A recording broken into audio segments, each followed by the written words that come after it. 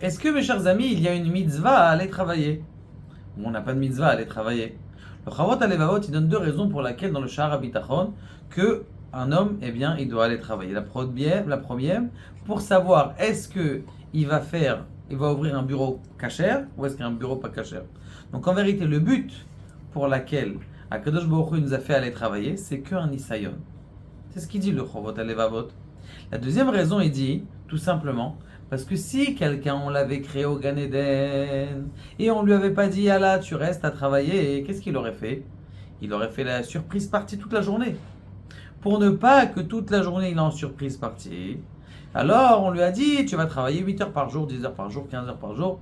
Et ceux qui veulent donner de leur vie 20 heures par jour, eh bien ils peuvent donner de leur vie 20 heures par jour. Mais attention, donc c'est encore une fois, c'est une des raisons pourquoi ce Kadosh Baruch Hu, il nous a donné l'Aishtadlut, cet effort à faire.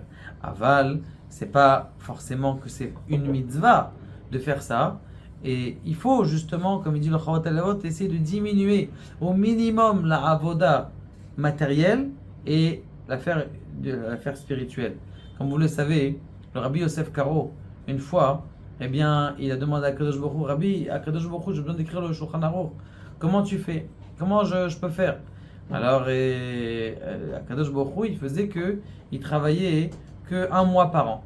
Après, il a encore demandé à Kadosh Baruch Hu, Kadosh Baruch Hu, il lui a demandé, il a dit non, il a travaillé que une semaine par an. Après, ce qui s'est passé, il y a un beau jour, il a dit à Kadosh Baruch Hu, j'ai pas le temps de même une semaine, j'ai pas le temps de travailler. Il a dit comme ça. Akadosh Baruch Hu, qu'est-ce qu'il a fait? Il est parti voir une femme. Cette femme-là, il était antiquaire, le Rabbi Yosef Karo. Il a dit, venez, j'ai des bidons de kérosène à l'intérieur de ma... Il a dit, venez les acheter. Elle, ils achètent et tout ça. Il ne trouve pas de client, Rabbi Yosef Karo. Il commence à utiliser le kérosène, le neft qu'il y avait à l'intérieur. Il l'utilise un jour, 2 jours, 3 jours. Après, il voit que c'est un peu très très lourd.